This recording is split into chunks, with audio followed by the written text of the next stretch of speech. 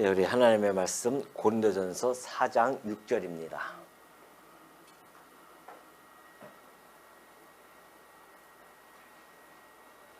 고린도전서 4장 6절 말씀 보시겠습니다.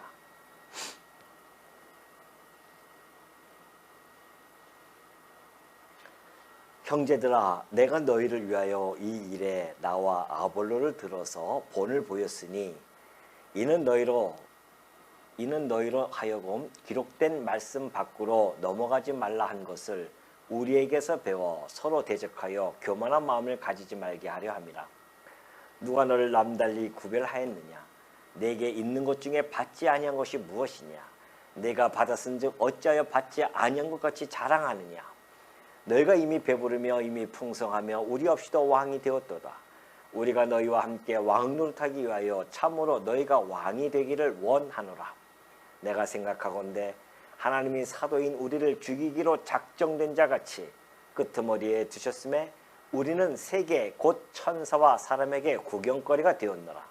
우리는 그리스도 때문에 어리석으나 너희는 그리스도 안에서 지혜롭고, 우리는 약하나 너희는 강하고, 너희는 존귀하나 우리는 비천하여 바로 이 시간까지 우리가 줄이고 목마르며 헐벗고 매맞으며 정처가 없고, 또 수고하여 친히 손으로 일을 하며 모욕을 당한 적 축복하고 박해를 받은 적 참고 비방을 받은 적 권면하니 우리가 지금까지 세상의 더러운 것과 만물의 찌꺼기같이 되었도다.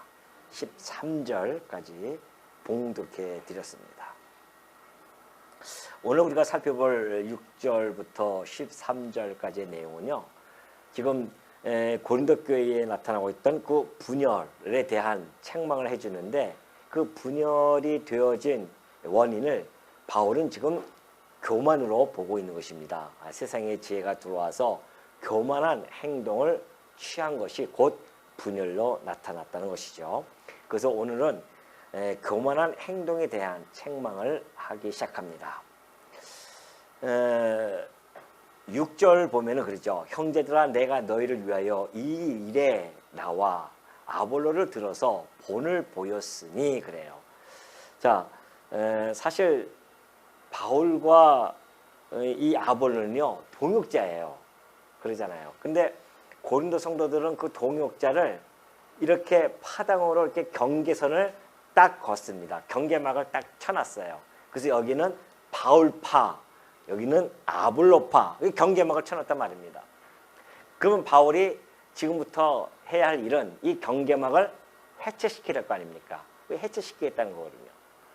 그러면서 너희들의 그 수장이라고 하는 파당의 당수인 바울과 아볼로는 너희들이 그렇게 팔을 갈라서 있지만은 실상은 우리는 너희들에게 그렇게 본을 보이지 않았다는 겁니다.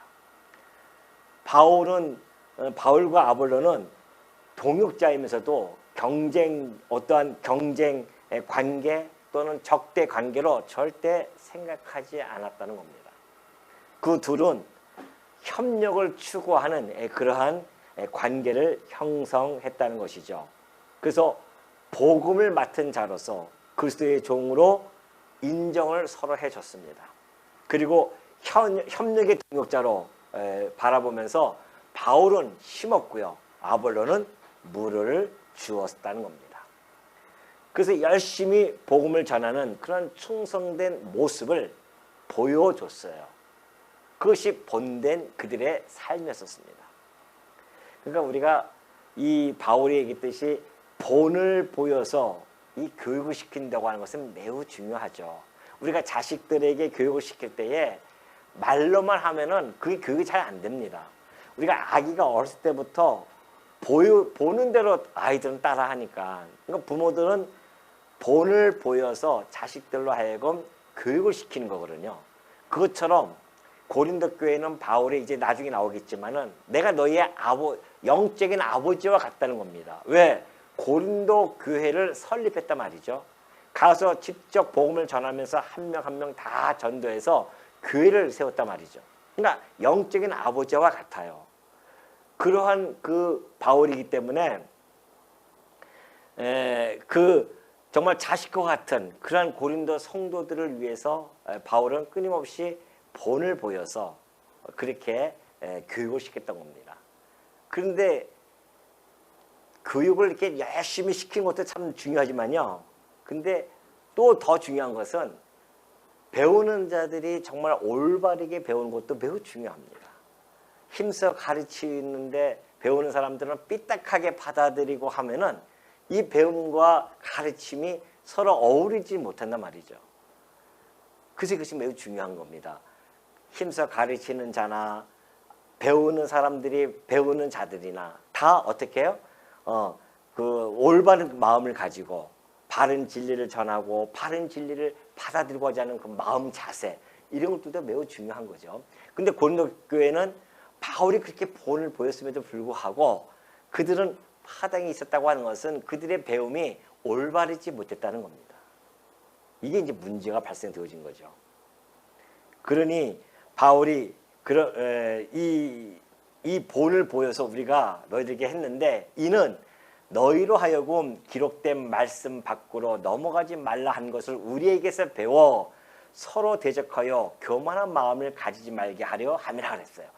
바울이 그들에게 편지를 썼어요. 편지 쓰면서 기록된 말씀, 그러니까 구약에서 기록된 말씀들이 있잖아요. 그걸 인용을 해서 그들에게 전해줬었어요. 그걸 왜 그렇게 했냐면은 바울이 그렇게 써서 그들에게 준 것은 그것을 배워가지고서는 서로 말씀 밖으로 넘어가지 말라는 겁니다. 예를 하나 들어봅시다. 자, 우리가 한참 전에 배웠죠. 고린도전서 1장 30절의 말씀이에요. 바울이 이제 고린도 성도들에게 이렇게 편지 썼습니다. 너희는 하나님으로부터 나서 그리스도 예수 안에 있고 예수는 하나님으로부터 나와서 우리에게 지혜와 의로움과 거룩함과 구원함이 되셨으니 기록된 바 그러잖아요.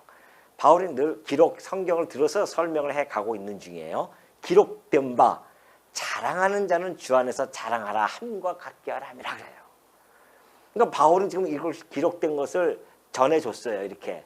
그래서 이 말씀 밖으로 넘어가지 말라는 겁니다. 다시 말해서 자랑하려면 어디에서 자랑하라?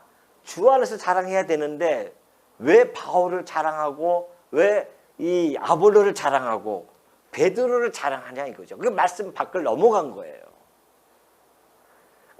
좀 바울이 얘기했듯이 내가 너희로 하여금 기록된 말씀 밖을 넘어가지 말라고 이렇게 내가 전해줬는데 그래서 우리에게 배워서 서로 대적하여 교만한 마음을 갖지 말라는 겁니다. 교만하다고 하는 것은 자기 자랑이 나온 거거든요. 교만한 자들은 자기 자랑하기에 바빠요. 그러니까는 자기 자랑하다 보면은 자기의 팔을 만들게 되어지고 자기를 받아들이지 못하면 그냥 내치려고 하고 그런 모습을 보여주고 있는 것이죠. 그런데 여기서는 내가 너희들에게 전했듯이 주 안에서만 자랑하라. 그러니까 주 안에서 자랑하면 그런 일이 없어지잖아요. 만약에 고린도 성도들이 정말 주 안에서 자랑했다고 한다면 바울파, 아볼로파, 게바파가 형성되어질 수가 없죠. 오로지 주만을 나타낼 수가 있었으니까. 근데 그 말씀 밖을 지금 벗어났다는 겁니다. 그렇기 때문에 우리가 이 정말 거룩하고 순결한 이런 신앙을 지키는 첫걸음, 그게 뭘까요? 말씀 밖으로 지나치면 안 됩니다. 뿐만이 아니에요. 우리가 신령한 모습으로 성숙해 간다는 것은요, 말씀 밖으로 넘어가지 않는 삶입니다. 그러니까 우리가 이 말씀을 자꾸만 넘어가면 안 된다고 하는 것은 우리 주님도 아버지의 말씀을 벗어나지 않았고요. 성령께서도 그랬습니다. 한번 볼까요? 여기 보면은 예수님께서 그래요. 요한복음 12장 49절에 보니까 내가 내 자의로 말한 것이 아니요 하나님의 아들도요 이 땅에 와서 자기 스스로 자의적으로 말한 것이 없어요. 나를 보내신 아버지께서 내가 말할 것과 이룰 것을 친히 명령하여 주셨으니 그래요. 나는 그의 명령이 영생인 줄 아노라. 그러므로 내가 이르는 것은 내 아버지께서 내게 말씀하신 그대로니라 그래요. 아니 하나님의 아들도 말씀 밖을 벗어나지 않았다니까요. 예수님이 오셔서 당신이 말씀하신 것들은 자의로 얘기한 게 하나도 없어요. 오로지 하나님께서 말씀하신 것 안에서 다 해결했단 말입니다.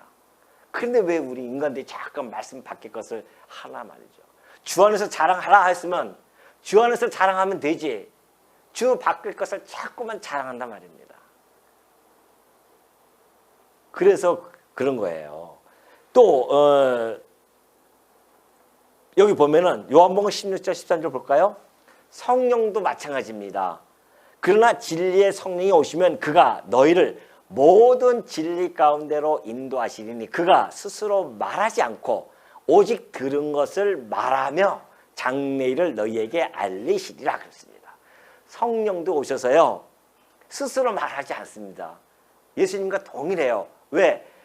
성령과 성자와 성부는 하나이신데 그조차도 아버지께서 말씀하신 것 외에는 벗어나지 않습니다. 오직 아버지께 들은 것을 성령도 그 제자들에게 가르쳐 주는 겁니다.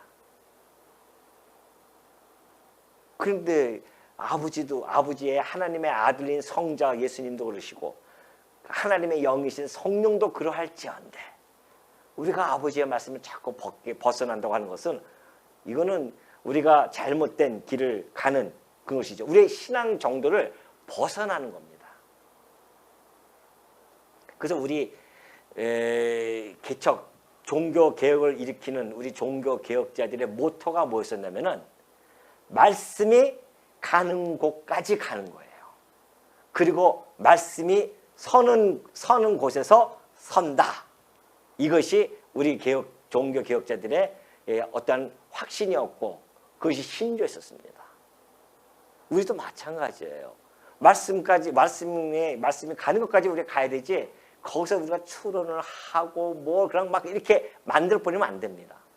궁금한 거 있다 하더라도 그건 끝내야 돼요. 말씀이 나타나지 아니한 것은 추론해서 우리가 생각할 필요가 없습니다. 근데 우리가 보면은 그런 잘못을 벌일 때가 참 많이 있거든요. 특히 이단 같은 경우는 더 그렇죠. 이단 사람들은 그냥 자기네 추론을 해서 막 지어서 막 나가기 때문에 문제가 되어지죠. 그러나 분명한 것은 우리가 신앙의 정도를 지키는 유일한 것은 말씀 밖의 것을 지나지 아니하는 것, 말씀 밖으로 넘어가지 않는 것, 이것이 매우 매우 중요하다는 것을 우리는 다시 한번 바울이 이 고린도 성도들에게 주지시켜 주는 겁니다. 그래서 우리에게서 배워 서로 대적하여 교만한 마음을 가지지 말게 하려 하는 것이다. 그런 것이죠. 그러면서 이제 실제로 보면 그래요. 누가 너를 남달리 구별하였느냐? 내게 있는 것 중에 받지 아니한 것이 무엇이냐? 내가 받았은즉 어찌하여 받지 아니한 것 같이 자랑하느냐 그래요.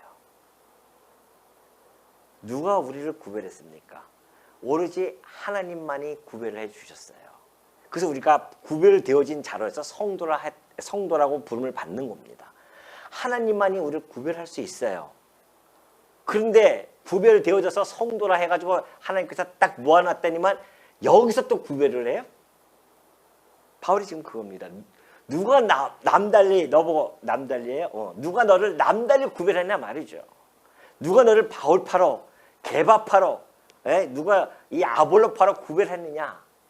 하나님은 그렇게 하지 아니하셨는데 하나님은 오로지 세상에 있는 너희들을 불러서 하나님의 백성으로 구별시켜줬는데 여기서 또 나눠줘요?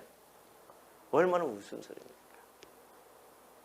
그러니까 우리가 이 복음을 정확하게 깨닫지 못하면 교회 내에서 보면은 자기를 구별시키고 싶어 해요. 나는 너희들과 달라. 나는 세상에서도 좀 있는 사람이야. 나는 세상에서 그래 좀 가진 사람이고 학식이 좀 있는 사람이야. 나는 세상에서 그래 좀 알아주는 사람이야. 근데 너희들은 그렇지만 내가 너희들과 있지만은 어쩔 수 없이 있지만은 나는 좀 달라. 그러한 자들이 교회 안에 참 많이 있습니다. 그걸 뭐라고 그래요? 세 글자로. 네? 정확하게 아시네요. 이렇게 정확히 아시는 건 또 처음 봤네요. 꼴불견이에요. 꼴불견 진짜. 그런 꼴불견이 어디 있습니까? 그러니까 바울이 그런 거예요. 아니 네가 있는 것 중에 받지 않은 것이 무엇이 있느냐 말이죠. 너의 생명? 생명이 뭐 자기가 스스로 가지고 있는 자인 줄 착각하고 있단 말입니다. 하나님만이 스스로 존재하고 계시는 분이지 인간들은 누구에 의해서 생명이 전달되지 않으면 안 돼요. 근데 그 누구가 누구냐면은 하나님이시란 말입니다. 창조주이신 스스로 존재하고 계시는 하나님이 우리의 생명을 주시고 그 생명을 유지시켜 주시고 보존시켜 나가시는 분이 하나님이십니다. 그러니까 우리가 지금까지 오늘까지 살아온 것도 하나님께서 우리의 생명을 붙들고 있기 때문에 가능한 것이지. 뭐 우리가 그만 몸을 조심해가지고 생명을 내가 잘 이렇게 간직했다고 그래서 된 줄 아십니까? 천만의 말씀입니다. 오늘 밤 우리가 가다가 혹시 무슨 사고가 나서 죽을지 누가 알아요? 그건 아무도 몰라요. 하나님이 정하신 때가 되면은 우리의 생명을 걷어가시는 분이 하나님이셔요. 주시는 분도 하나님이시오. 어떻게 해요? 걷어가시는 분도 하나님이시라니까요. 그 하나님 앞에서 뭘 자랑해요? 내가 좀 있다고요? 얼마나 꼴불견입니까 그게. 재물도 마찬가지예요. 아까 얘기했듯이 그 재물을 누가 주시냐 말이죠. 하나님이 주시고 하나님이 그 사람에게 맡겨준 일들이 있어서 주시는 거예요. 하나님을 믿든지 안 믿든지 간에. 그러니까 안 믿는 사람들에게도 하나님이 많이 주신단 말입니다. 믿는 사람에게는 안 주실 때도 있고요. 왜? 하나님께서는 그 재물을 맡겨서 당신의 목적과 뜻을 이루어 가기 위해서 그런 것이기 때문에 우리가 그걸 알면은 내가 지금 뭐 열심히 일을 해가지고 돈 벌었으니까 이건 내 거야? 천만의 말씀입니다. 하나님이 내게 환경을 주지 아니하시면 어떻게 돈을 벌 수 있으며 내 건강을 하나님께서 걷어가시면 어떻게 내가 침대에 누워있는데 무슨 돈을 벌 수 있겠냐 말이죠. 내가 오늘도 나가서 돈을 벌 수 있는 것은 하나님이 내게 건강을 허락해 주었기 때문에 그렇다는 겁니다.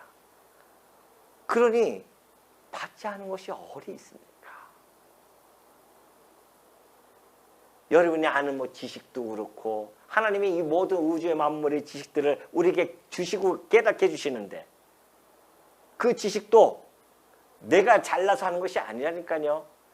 하나님께서 내 뇌를 하나 딱 건들 뿐이면은 꼼짝 못해요. 우리는 아무 생각도 안 된단 말입니다. 그러나 하나님께서 우리의 뇌를 작동시켜 주기 때문에 지식도 들어와서 우리의 정보가 여기에 쌓이게 되어지고 그런 거 아니겠어요? 혈통이면 혈통, 종족 뭐 마찬가지입니다. 우리가 한국 땅에서 나고 싶어서 내가 낳겠어요? 하나님이 나를 한국 땅에 보내신 겁니다. 안 그러면 지금도 70억 인구 중에서 20억은요.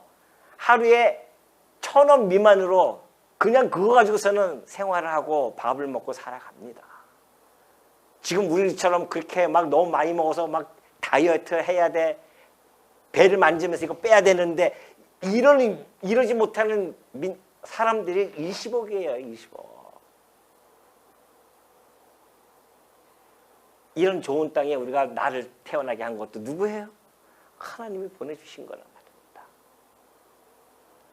내게 주신 은사들, 내게 주신 직분들 이런 모든 것들이 하나님으로부터 받지 않은 것이 무엇이 있겠냐 말이죠. 뿐만이 아니에요. 해, 달, 별, 지하 자원, 뭐 수자원들 다 마찬가지입니다. 다 하나님이 줬는데 안 믿는 사람들은 그것이 뭐 자기네 땅이라고 그냥 뭐 꽤나 그런 의시되면서 얼마나 그럽니까? 안 그렇다는 겁니다. 이 모든 것들이 다 하나님으로부터 받지 아니한 것이 하나도 없다. 내가 받지 아니한 것이 무엇이냐? 내가 받았은즉 어찌하여 받지 아니한 것 같이 자랑하고 있냐 말이죠. 그래서 꼴불견입니다. 다 주셨는데 자기 것처럼 받지 않은 것처럼 내가 했어. 내가 누군데 뭐 이런 거죠. 다.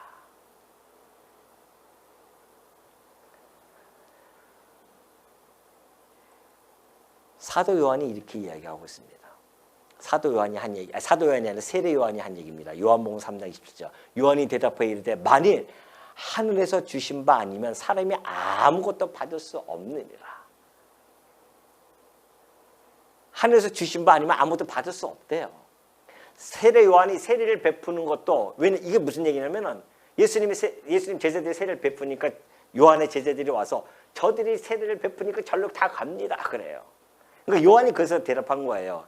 이 사람들아 하늘에서 주신 바가 아니면 내 아무것도 받을 수 없어. 내가 세례를 베푼 것도 하나님이 내게 은사를 줬기 때문에 그것을 내가 직분을 줬기 때문에 한 것이지.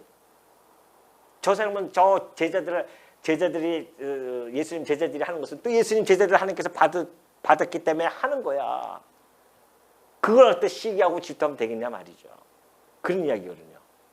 야고보 사도도 마찬가지입니다. 야고보서 1장 17절 보니까 온갖 좋은 은사와 온전한 선물이 다 위로부터 빛들의 아버지께로부터 내려오나니 그는 변함도 없으시고 회전하는 그림자도 없으시냐. 온갖 좋은 은사, 온전한 선물 다 어디로부터 와요? 위로부터. 위가 어딥니까? 빛들의 아버지께로부터 내려오는 겁니다. 여러분이 지금까지 살아왔던 것들, 지금까지 누렸던 모든 것들이 빛들의 아버지께로부터 왔음을 정확하게 인지하시기 바랍니다. 자랑 한번 해보십시오. 이제 뭘 자랑할 거예요? 내가 그중 콧대가 좀 높죠. 그거 자랑하려고 콧대 높은 거? 하나님이 그거 콧대 이렇게 높여줘서 높은 거지. 내 키가 이렇게 큰데요? 얼마나 키가 큰데요? 이쁜 것도 얼마나 이쁘고요. 그냥 요 주먹만한 여기에서 그냥 뭐 그냥 얼마나 그걸 자랑하고 있는지 얼마나 웃긴지 모릅니다. 꼴불견이에요, 그게. 자랑하려면 누구 안에서 자랑하라? 주 안에서 자랑하라. 주 안에서 자랑하라고 합니다. 그러니 고린도 성도들이 진작에 이걸 알았으면은 그렇게 바울을 자랑했겠어요? 아볼로 자랑했겠어요? 말씀 밖에를 넘어갔기 때문에 지금 이런 일이 벌어진 거란 말입니다. 그러니 가만히 두지 않잖아요, 바울이. 그래서 책망하고 지적을 하고 그들로 하여금 깨닫게 하기 위해서 이렇게 지금 말씀을 전하고 있는 거란 말입니다. 그러면서 8절에 넘어갑니다. 너희가 이미 배부르며 이미 풍성하며 우리 없이도 왕이 되었도다. 우리가 너희와 함께 왕노타기 위하여 참으로 너희가 왕이 되기를 원하노라. 너희가 이미 여기 방점을 찍어야 됩니다. 이미 배부르며 뭐예요? 풍성하며 우리 없이도 왕이 되었도다. 우리가 너희와 함께 왕노타기 위하여 참으로 너희가 왕이 되기를 원하노라. 이게 무슨 뜻이냐면요. 보십시오. 예수님이 이 땅에 오셨어요. 그리고 하나님의 나라가 지금 이루어져 가고 있습니다. 예수님이 이 땅에 오셔서 하나님의 나라는 뭐예요? 이미 시작되어졌어요. 이게 그래서 이미예요. 이미 시작되어졌다. 뭐가? 하나님의 나라는 시작되어졌습니다. 그러나 하나님의 나라는 완성됐어요? 안 됐어요? 하나님 나라가 완성됐을까 안 됐을까요? 지금 안 됐죠. 예수님이 오셔서 마지막 재림하고 그때 완성이 되어지지 않습니까? 이거는 아직 그러니까 완성이 안 됐기 때문에 여기는 뭐예요? 아직이에요. 아직. 이미와 아직을 헷갈려하면 안 됩니다. 그러면 지금 우리의 삶은 여기에 있어요. 성도들의 삶은 여기에요. 이미 시작되어졌고 아직 오지는 않았어요. 그럼 우리가 왕노릇하는 것은 어디서 할까요? 보이는 가견적인 왕노릇은 어디서 할까요? 여기서 합니까? 여기서 합니까? 여기서 합니까? 예? 현재요? 지금 왕노릇하고 있어요 지금? 하나잖아요. 근데 왜 왕노릇한다고 하십니까? 진짜 우리가 가견적으로 왕 같은 제사장으로서 왕노릇하는 곳은 바로 여기에요. 이 왕노릇을 우리가 소망하면서 지금 살아가고 있단 말입니다. 물론 신령적인 의미에서는 우리가 여기서 사단의 권세에 이 음부의 권세가 이기지 못하는 우리가 교회니까 신령한 왕노릇을 하지만 가견적으로 정말 우리가 왕노릇한다니까요. 왕처럼. 그때는 하나님의 나라가 완성되어졌을 때 하는 겁니다. 그러면 이미와 아직 사이에 나타나는 성도의 삶은 어떨까요?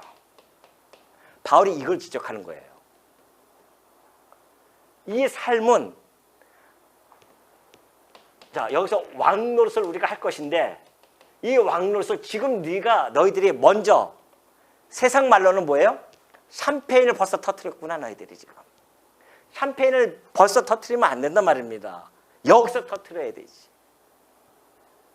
세상 말 써서 좀 그러네요. 뭐 쉽게 좀 이해를 하기 위해서 말씀드리는 겁니다. 그럼 여기의 삶은 어떤 걸까요? 로마서 8장 17절 넘어갑니다. 자녀이면 또한 상속자 곧 하나님의 상속자예요. 그리스도와 함께한 상속자는 이게 상속자 아닙니까? 상속자. 이게 상속자이기 때문에 이거 왕노릇하는 거죠. 우리가 그리스도와 함께한 상속자니 우리가 그와 함께 영광을 받기 위하여 뭐해요? 고난도 함께 받아야 할 것이니라. 자, 이것은 영광입니다. 이 영광, 왕노릇하는 것, 상속자로서 왕노릇하는 것, 영광된 삶이에요. 그럼 이 영광을 받기 위해서는 우리는 뭐 해야 된다고요? 여기는 뭐예요? 고난이에요. 이 땅은. 이 땅에서 세상 말로 뭐 쇼부 한다고 하죠. 쇼부. 여기서 그냥 결말을 여기서 내려고 하지 마세요. 여기는 우리가 고난받는 곳입니다. 이 땅에서. 바울이 지금 그걸 지적하고 있는 겁니다. 아직 너희들 벌써 왕노릇하고 있구나 지금 이곳에서. 우리가 왕노릇할 곳은 이곳인데 이걸 바라보면서 이곳에서는 묵묵하게 고난과 핍박과 환난을 견뎌내면서 이쪽은 우리는 가는 곳이고 이 완성되어졌을 때 우리는 왕같은 제사장으로서 진정한 왕노릇을 할 수 있단 말입니다. 하나님 나라가 완성되어졌을 때에. 그걸 우리는 소망하면서 살아가는 자들 아니겠어요? 그래서 너희가 이미 배부르고 이미 풍성하며 우리 없이도 왕이 되었구나 너희들이. 사도들의 가르침을 받았음에도 불구하고 그 사도들의 가르침에 따르지 않고 그에 대해서 자기들이 무슨 최고의 어떠한 최고인 것처럼 파당을 통해서 막 권세를 갖다가 누리려고 하고 다른 사람들 앞에서 막 군림하려고 하는 그런 교만의 극치를 지금 보여주고 있었다는 겁니다. 여기서.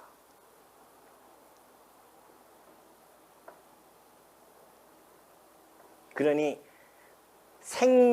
여기서는 생명의 면류관, 여기는 생명의 면류관을 쓰는 곳이고 여기는 무슨 면류관입니까? 여기는 가시 면류관 아니겠어요? 우리 주님이 쓰신 가시 면류관. 이곳은 이 삶은요, 이 지상에서는 가시 면류관을 쓰고 가는 거예요, 성도가. 그리고 여기에서 마침내 우리는 생명의 면류관을 쓰는 것이고.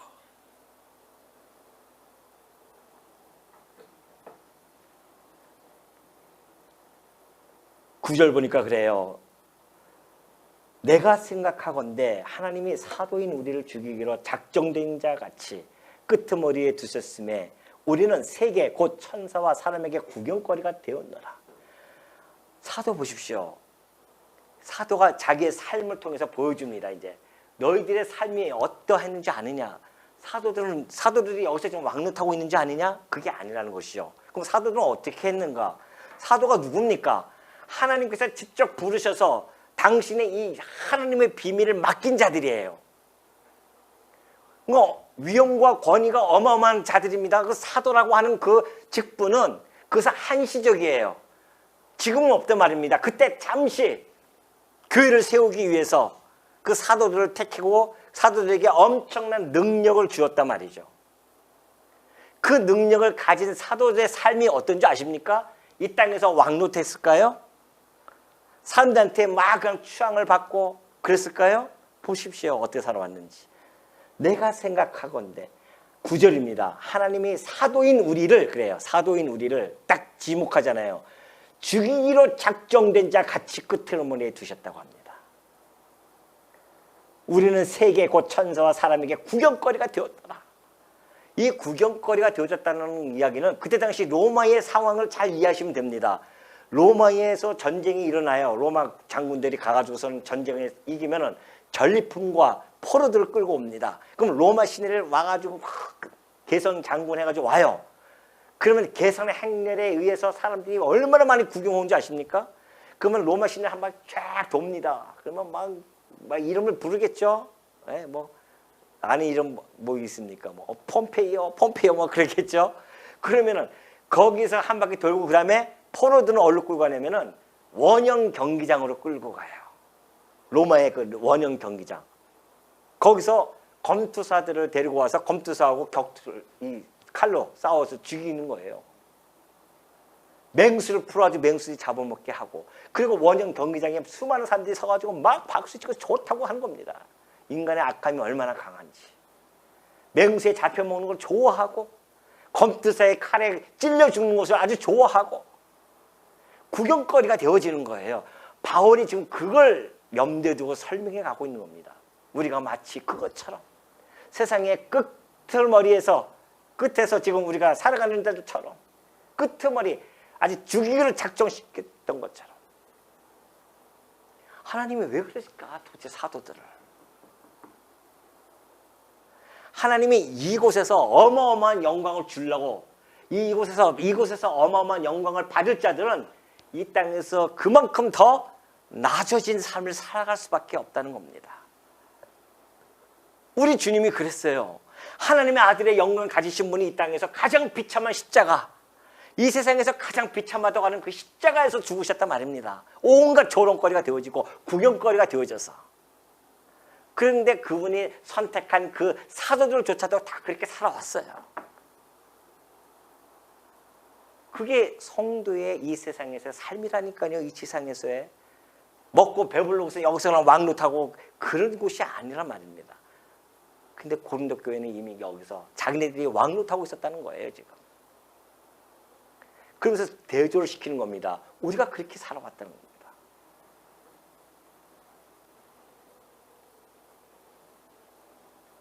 그러면서 10절에 그러죠. 우리는 그리스도 때문에 어리석으나 너희는 그리스도 안에서 지혜롭고, 우리는 약하나 너희는 강하고, 너희는 존귀하나 우리는 비천하여. 바로 이 시간까지 우리가 줄이고 목마르며 헐벗고 매맞으며 정처가 없고. 보십시오. 그리스도 때문에 우리는 어리석었다는 거예요. 바울이 어리석은 자가 아니란 말입니다. 바울이 얼마나 뛰어난, 그때 당시에 정말 청년인지 몰라요. 바리새인 중에 바리새인이었고요. 가말리아 학문에서 아주 수학했던 그러한 뛰어난 청년이었고, 앞날이 창창한, 전도가 총망한 그런 자였었습니다. 그리고 얼마나 하나님에 대한 열심이 있는지, 예수를 믿었고, 그 스데반이 예수를 믿었던 스데반이 이제 마지막 설교를 할 때에, 사람들이 돌로 쳐 죽일 때에 그들이 돌로 쳐 죽인 자들이 와가지고서는 스데반 앞에다가 옷을 놓고서는 증인을 했단 말입니다. 그런데 이 바울이 얼마나 살기가 등등인지 아십니까? 그가 이 성도들에 대한 교인들을 향한 위협과 살기가 얼마나 등등했는지 무조건 가가지고 막 잡아다가 옥에다 가뒀었습니다. 그것도 모자라서 저 다메섹 도상에 다메섹 넘어가는 길에 그쪽에 아직도 그 예수 민자가 있는 것 같으니까 내가 가서 반드시 잡아오겠습니다. 그래서 공문을 받아요. 그리고 난 살기 등등하게 갔단 말입니다. 거기서 예수님을 만난 거 아니에요? 다메섹 도상에서. 그리고 그는 이 헬라 철학도 아주 뛰어난 분이에요. 성경도 그렇고. 근데 그리스도 안에서 뭐라고 해요? 그리스도 때문에 어리석었다 내가. 자기 가지고 있는 모든 학문을 배설물로 여기고 예수 그리스도를 아는 지식이 너무나 고상하기 때문에 자기가 알고 있었던 그 세상의 지식들을 배설물처럼 여길 정도로 그는 그리스도 안에 폭 빠져있던 분이었습니다. 그래서 그리스도 때문에 약해지고 비천해지는 겁니다. 복음 때문에. 원래 그분이 그렇게 비천해지고 약해질 분이 아니었다니까요. 그런데 복음 때문에 얼마나 그렇게 약해졌고 비참해졌는지 몰라요. 그런데 복음 전하는 자들의 그 고난을 잘 보여주고 있죠. 그러면 복음을 받은 자들의 삶은 어떨까요? 바로 이거예요. 너희들에게 복음을 전했다면 너희가 그리스도 안에서 지혜롭게 되어졌어요 이제. 그리고 너희는 강해졌고, 그리고 너희는 존귀하게 되어지지 않아야 했느냐. 복음을 받은 자들의 행복을 잘 전해주고 있어요. 그러나 이 이면에는 풍자적으로 그들을 다시 한번 책망을 하는 것이 있는 겁니다. 우리는 그리스도 안에서 이렇게 지금 살아가고 있는데 너희는 그리스도 안에서 아주 그렇게 풍요롭게 살아가고 있구나. 그걸 또 한번 주지시켜 줄 수 있는 것이죠. 그러면 바로 이 시간까지 우리가 줄이고 목마르며 헐벗고 매맞으며 정처 없고, 왜? 뭐 때문에? 너희들에게 전하는 그 복음을 또 전하기 위해서 수고하여 친히 손으로 일을 하고 하며 모욕을 당한 적 축복을 했고요, 박해를 받은 적 참았어요, 비방을 받은 적 권면하고. 이런 삶이 어디 있습니까? 우리는 박해받으면 욕할 거 아니겠어요? 근데 참아요? 모욕을 당하면 축복합니까? 같이 조금만 모욕만 다들 얼굴이 그냥 확 변해가지고 죽일 듯이 그냥 확 이렇게 하는데, 우리는 별 자존심도 아닌 거 가지고서는 자존심 상했다고 성도 간에 막 그냥 죽일 듯이 달려드는 것이 우리의 모습인데, 사도는 그렇지 않았다는 겁니다. 모욕을 당해도요, 그가 유대인이면서 바리새인이면서 그 모욕을 당하고 그걸 참고 오히려 축복하고, 비방을 받으면 오히려 권면을 하고, 지금까지 세상의 더러운 것과 만물의 찌꺼기가 되었도다 그러죠. 마치 그런 거예요. 우리 부모 세대들이 얼마나 고생했습니까? 그래서 이 한국 땅을 이만큼 살려낸 거 아니겠어요? 먹고 살만하게. 그런데 이 자식 세대들이 그 부모의 고생을 모르고서는 자기는 풍요롭게 노니까, 그러니까 무슨 컴퓨터 들어오고 그런 시대에 살다 보니까는 부모들이 모를 수도 있잖아요. 부모들이 보고 막 무식하다 이것도 모르냐고 하면 타박을 하고 부모들한테 막 무시하고, 그런 애들이 많이 있단 말이죠.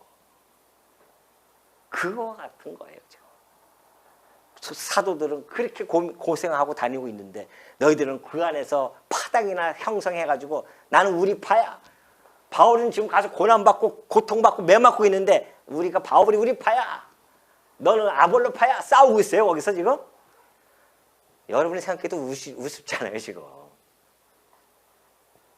그러니 바울이 가슴을 치면서 지금 이걸 어떻게 안 쓰겠습니까?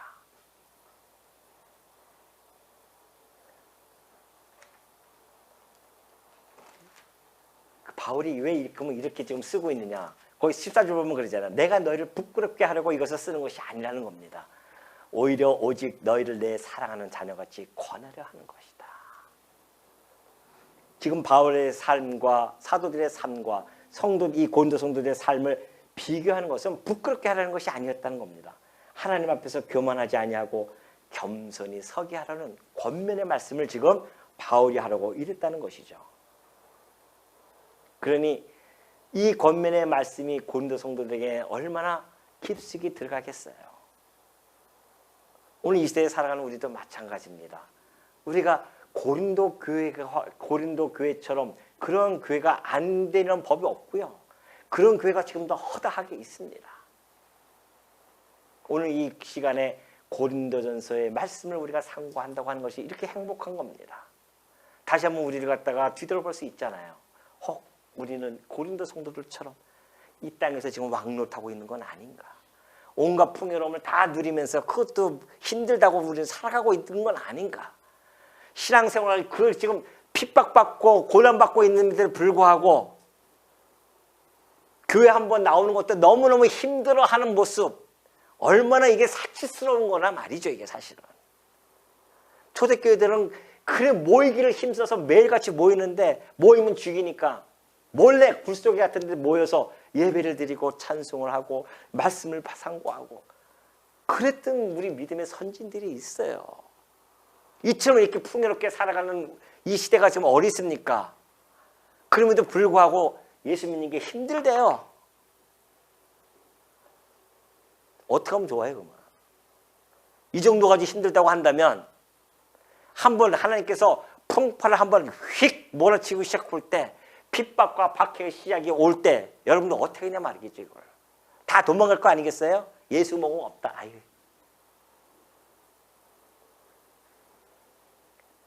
똑바로 정신 차리십시다. 우리가 신앙생활을 한다는 것이 무엇인지,